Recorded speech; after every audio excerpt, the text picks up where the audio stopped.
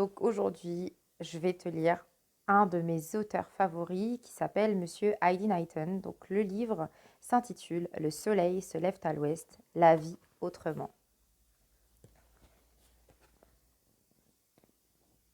Il y a de ces glaces qui ne fondent au soleil, mais seulement au dialogue. En un lieu oublié derrière les hauteurs du pays, le chemin serpentait au milieu de sommets débusqués par la marche. Pas un nuage dans le ciel qui pût empêcher le soleil d'allécher une foule en sueur. Peu importe, l'esprit était ailleurs, là où la souffrance du corps ne parvenait à le détourner de son objet. L'oiseau du ciel verrait en cela une longue file noire se former derrière une sorte de barque remontant à la montagne. Une barque vue d'en haut, un cercueil pour ces hommes qui, en tête du cortège, le portaient sur les épaules. La rudesse des pentes, et les descentes et montées incessantes convoquaient une fatigue qui refoulait les plus faibles en queue de fil. « Je suis fatigué, lâcha l'enfant qui tomba à ses pieds. Mais où est-ce qu'on va comme ça dit-il en se mettant à pleurer. Plongée dans ses pensées les plus lointaines, sans interrompre sa marche, elle se courba, le prit sur son dos et profita dans le même temps de s'éponger le visage du pan de son vêtement. Mais, arrivée à quelque distance de là, sa charge la réduisit à cette goutte que l'eau filante abandonne à son passage. Elle persista, comme toutes ces têtes houleuses devant elle. Toute prise dans une tempête de souvenirs que ce corps tombé avait soulevé en eux. Les mains nouées sous l'enfant sur son dos, de chaudes larmes déferlèrent le long de ses joues tandis que des yeux, elle s'agrippait à ce corps lointain qu'on arrachait d'elle. Jamais elle n'avait goûté à une douleur aussi désastreuse que celle-là. Elle se rappela, comme si c'était encore la veille, de ce jour où l'espoir l'avait élancée à la porte à laquelle on venait de toquer. En l'ouvrant, elle s'apprêtait à crier de joie « Enfin !» quand tout à coup, ravalant son cri, elle se refroidit sur le pas de la porte. Dehors, rien ne bougeait, ni même cette étrange silhouette au dos tourné. Celle d'un homme qui, enveloppé d'une longue cape et appuyé sur son bâton immobile, se tenait là. « Qui êtes-vous » lança-t-elle froidement, incapable de l'identifier de dos. Elle réitéra sa question d'une voix mêlée de crainte et d'espoir. Il se sentit secoué, bien qu'il ne pût que s'y attendre. Venait-elle de toucher en lui cette pièce sensible, son « je suis » qu'il tenait absolument à garder pour lui? L'étranger, immuable dans sa posture, muet dans son expression, son apparence répondait à sa place. En effet, elle crut entendre sourdement « un pauvre ». Un pauvre? Mais qui n'est pas pauvre ici? Se dit-elle tout bas. Le flot des épreuves, durant ces longues années passées, avait sculpté en elle un relief aussi accidenté que celui qu'elle était en train de traverser.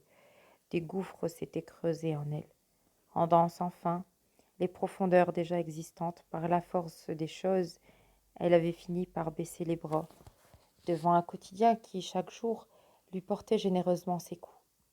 Quoi de plus invivable qu'une vie aussi tortionnaire que la sienne, la renvoyant au rang de femme battue sans l'avoir été. Mais voilà que la présence de cet individu à sa porte est arrivée à point nommé. Fut pour elle le jour qui agressa sa nuit, ainsi comme un ultime abandon de soi au stade final de l'enfoncement, et contrairement à ce qu'aurait fait une femme en de telles circonstances, il va falloir entrer si vous voulez repartir avec ce pourquoi vous êtes là. L'inconnu ne se tourna point, baissa la tête, s'appuya sur son bâton et d'un pas lent, sans qu'elle ne s'y attendît, repartit vers ce dehors qui, depuis bien longtemps, n'était qu'une image morte dans les yeux de cette femme arrivée à bout. Au sol, alors qu'il se retirait, un sac lourdement rempli apparut de dessous sa cape. Elle était là, plantée devant ce qu'elle ne parvenait à comprendre. L'inhabituel venait de la secouer. Aussitôt qu'il eut disparu, elle rentra avec le sac, le posa au sol, l'ouvrit, plongea une main puis l'autre pour voir l'or couler d'entre ses doigts. Bien qu'éblouie par le sentiment, Elle resta imperméable aux éclats de ce tas de pièces qu'elle déversa sur le plancher. Elle retourna complètement le sac comme si elle cherchait autre chose que ce trésor pour lequel le monde se serait volontiers déchiré. Tout en fut sorti jusqu'à ce qu'un morceau de papier ne vient s'y poser comme un flocon happé par la braise dorée. Elle accourut à la porte, ressortit à l'extérieur et regarda dans tous les sens pour attraper ce quelqu'un sorti de nulle part et qui semblait n'avoir jamais mis les pieds ici.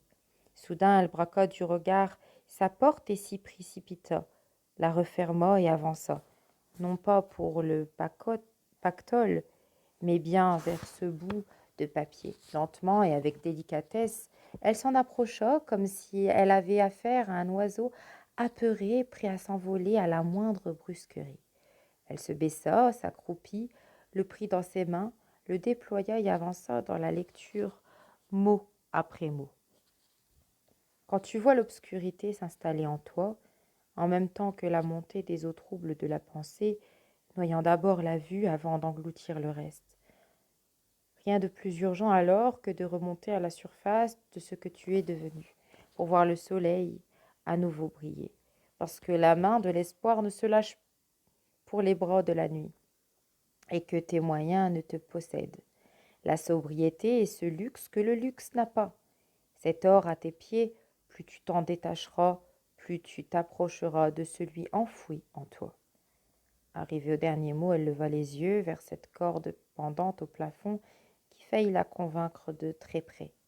L'enfant s'était endormi sur son dos. Sabira se trouvait tout au bout de la file pendant que le cortège, lui, continuait de vaincre les sommets. Elle se sentit écartelée entre ces deux extrémités sans bout, au-dessus de sa tête et en elle au plus profond de soi. Cette sensation lui venait quand par moments elle regardait ce gouffre d'en haut, le ciel tombant dans celui en elle. Quand un gouffre tombe dans un autre plus grand, alors tout l'être en tremble sans qu'un mot ne sorte de la bouche. Le fond s'atteint dans un jaillissement de lumière et de larmes. En effet, tout ce qui la dépassait se traduisait en larmes et sans s'en rendre compte. Sabira pleurait. Quant à lui, ce fut la goutte de trop. Il ne put résister davantage. En effet, en lui, les voix n'avaient cessé de s'élever à tel point que la chamaillerie devenait presque audible. Le diable d'un côté, l'ange de l'autre. Chacun s'acharnait à le convaincre. Or, le feu de la dispute joua en faveur de l'excité et fit partir en fumée la raison étoffée. La poitrine céda alors à la pression pour qu'aussitôt le torrent l'emportât dans son déchaînement. On avait beau s'agripper à ses mains, à ses vêtements et à ses pieds, rien n'y faisait. La bête qui le dominait et qui en même temps le rendait étranger à ce qu'il était, le porta loin et même très loin, laissant tomber derrière lui la raison et le bon sens. Seul, il avait décidé pour que, fou, il se mit à fuir non seulement sa demeure, mais aussi son quartier, sa contrée et plus encore ce qu'il était. Ainsi il s'entêta aveuglément à renoncer au monde en se jetant à l'autre bout de celui-ci. Il y alla et le temps avec lui, tout ce temps durant lequel les semaines prenaient la place des jours, les mois celles des semaines et les années celles des mois. Si l'eau usée s'infiltre dans la terre en traversant ses couches, lui traversa peuples et régions où des sommets montagneux aux plaines florissantes donnant lieu à un tableau magnifique. On passait progressivement à un sol où les vagues de terre nue allaient se briser à l'horizon. L'eau souillée continuait de se frotter aux profondeurs et lui de s'enfoncer dans ce gouffre horizontal. Il toucha le fond qui donnait sur une terre morte sur laquelle il vit tomber le linceul de l'horizon. Il avait jusqu'ici vaincu peurs et vertiges. Cependant, rien ne lui avait autant barré la route que ce fil inatteignable. Cet homme avait donc marché et même beaucoup marché, avant de venir se perdre dans une région où seul le soleil était connu. Ainsi, perdu au cœur de ces lieux sans vie, son nez à nez avec le méconnu tout autour lui procura un dépaysement intérieur. Avec le soleil sur la tête, un nuage de problèmes sous le crâne, comment pouvait-il ne pas y avoir pensé? Parce qu'on a beau vouloir tout quitter jusqu'à pouvoir couper les liens avec tous, mais On est bien incapable de se détacher de soi. Pour preuve, le fuyard qu'il était n'avait fait que traverser le monde pour finir à l'autre bout par se retrouver planté là face à lui-même. En cela, le temps n'y avait point fait, et sous le poids des souvenirs qu'il pensait avoir laissés derrière lui, il crut un instant s'enfoncer dans la terre. Cependant, entre deux éclaircies, la pression devait se relâcher et l'espoir de se reposer. Le jour, le soleil l'enveloppait de son feu. La nuit, il se rafraîchissait sous une pluie d'étoiles. Il en alla ainsi jusqu'à ce que son vagabondage en terres inconnues le fit parvenir à un endroit plat et désertique. Pas un signe de vie, pas un souffle. Rien, absolument rien, hormis ce vide sidéral dans lequel il s'était jeté. Il se rappela alors des raisons qui l'avaient conduit jusqu'ici. Pas une ne méritait ce suicide. Pourtant, il avait cru bien faire. Il ne s'y attendait pas, le corps en avant, l'esprit à reculons, parce que tourné vers ses premiers remords en gestation, dans son flou intérieur, il se laissa malgré lui à une marche qui le menait à l'abandon mortel. Pendant que le corps se déplaçait sur terre, l'esprit visitait le ciel. Le corps s'épuisait, l'esprit se renforçait et la bête de s'affaiblir. Et dans la fracture avec ses habitudes qui lui fit des yeux neufs, il se redécouvrait depuis un angle révélateur. Les épreuves de la vie sont là pour empêcher la conscience de s'assoupir. Sous un ciel qui tapait fort, loin de tout comme loin de tous comme loin de tout, et d'un filtre à l'autre des épreuves subies, comme l'eau qui, à force de pénétrer la terre, finit par se débarrasser de ses souillures, le soi perdait son dépôt de tartre. L'eau qui venait de retrouver sa pureté cherchait maintenant un chemin vers la surface. Et à son grand étonnement, dans la muraille de l'horizon, il vit s'ouvrir une brèche qui capta toute son attention. Les yeux plissés, la main en visière, il la fixa longuement, le temps de l'extraire des mirages. L'enthousiasme le prit quand, en prisonnier, il courut vers la sortie. À mesure de ses pas, la chose gagnait en visibilité et lui en curiosité. Curieux de voir se dresser une hauteur en ce lieu où tout s'était incliné devant le plat du sol. Il y a là haletant de fatigue, tombé presque à quatre pattes pour qu'au final, dans sa résistance au soleil, il obtient l'ombre d'un mur fatigué. Arrivé au pied d'une hutte dont les pierres semblaient être tombées du ciel pour s'entasser grossièrement les unes sur les autres en lui donnant corps. La curiosité le poussa alors à jeter un œil à travers. L'intérieur se montrait vide de tout décor, sauf qu'en son milieu, il put deviner un corps étalé sous une longue cape qui ne laissait rien apparaître. Aussi, un simple bâton venait s'allonger à ses côtés. Qui était-il et que faisait-il? Était-il vivant ou mort? Il n'en savait rien. Et d'ailleurs, cela lui importait peu. Et voilà bien un qui m'a devancé, se dit-il, comme pour couper court à ses interrogations. Dehors, il s'écroula du côté où tombait un peu d'ombre. Le dos bien plaqué, les jambes jetées l'une sur l'autre, il réfléchissait. S'il existe des gens qui ont le mal de mer, il existe sur terre ceux qui sont atteints du mal de vivre. En effet, il vivait dans le noir de ces instants où l'on ne peut plus de soi, où l'on ne veut plus de soi. Assis là, face à ces longues années durant lesquelles il s'était dépensé dans l'oubli de soi-même, la tempête ne passe que pour mieux laisser la place aux dégâts. Les siens étaient colossaux et il le réalisait tout en contemplant devant lui le vent jouer avec le sable. Mais avait-il un quelconque pouvoir sur le destin de telle sorte à le réécrire à sa guise? Aucun. Son erreur fut peut-être d'exiger de ses efforts un résultat qui ne pouvait que lui échapper. Maintenant, jeté là de ses propres mains, il regardait le vent soulever un tourbillon dans lequel le sommeil lui faisait perdre prise. Au réveil, quand il ouvrit les yeux pour embrasser la nudité d'un tableau où pas un arbre, pas même une herbe ne venait couper le fil de l'horizon, il se focalisa alors sur sa propre personne. Le corps avait affronté le temps pour récolter ses rides. Le malheureux se regardait comme pour la première fois sur fond d'un vécu qui l'assombrissait. Tout à coup, ne pouvant davantage supporter son obscure indifférence, il se jeta debout sur les pieds pour se dire non. Et la présence de ce corps à l'intérieur était pour quelque chose dans cette révolte soudaine qui achevait en lui la bête pour qu'elle s'effondrât enfin. Et s'il n'était pas mort, ne dois-je pas lui venir en aide? Il contourna aussitôt la hutte, força la porte sur le vide, qui l'accueillit avec son bâton, par terre.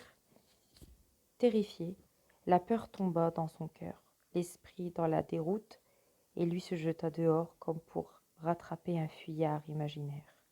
En courant, il fit le tour du refuge dans un sens puis dans l'autre. Il le fit et refit jusqu'à faire admettre à la raison ses limites. En effet, pas une silhouette qui errait se suicidait à l'horizon devant lequel il se planta désarmé. Il retourna dans la hutte comme dans une tombe qui ne se serait vidée que pour mieux l'accueillir. Il y entra en fou avec l'intention de se fracasser la tête comme l'un des murs quand, à côté d'une grande pierre plate et circulaire, la vue d'un papyrus à ses pieds le retint dans son élan. Surpris, il se baissa et le ramena. Les yeux parcouraient ces lignes, la conscience tomba dans la profondeur des mots, pendant que le corps portait le tout au dehors. Il était debout, immobile, lorsqu'il toucha la fin. L'eau avait trouvé la sortie et lui la sienne. Elle revenait par le ruisseau pour se rendre à nouveau utile et lui par la voix qui jaillissait du texte. Il leva la tête au carrefour de tous les gouffres, celui d'en haut, celui allongé, celui en lui et celui de l'écrit. Il se retourna vers la hutte, la regardant un instant, tomba dedans, comme la foudre remit à sa place le papyrus pour que d'autres pussent eux aussi renoncer au suicide. Bâton en main, il marchait, il courait, et intérieurement il volait. Décision prise, bien que tardive, il remontait le chemin inverse de la mort, vers la vie, où il put constater le soleil de l'espoir se détacher du sol pour rejoindre le ciel. Il continuait de s'arracher à la mort en remontant ce gouffre étalé devant lui. Ainsi il s'enfonçait dans une direction qui faisait perdre au désert son terrain. Quelques herbes éclaireurs avant de cueillir les premières fleurs. Quelques arbres en avant-poste avant de disparaître dans la fraîcheur d'une forêt. En effet, la terre, celle qu'il avait trouvée morte, il la vit ainsi revenir à la vie. Il la voyait se redresser progressivement par son relief jusqu'à se mettre debout par ses montagnes. Il avait dans les oreilles le conseil qui sifflait, dans les yeux la lumière qui s'en dégageait. Et devant lui, la voix de la sagesse reçue, l'espoir écourtait les distances, le repeupler de rêves lui donnait des ailes. Sabir courait toujours avec cette soif de renaître à nouveau aux côtés des siens, notamment sa femme qu'il avait abandonnée, Sabira.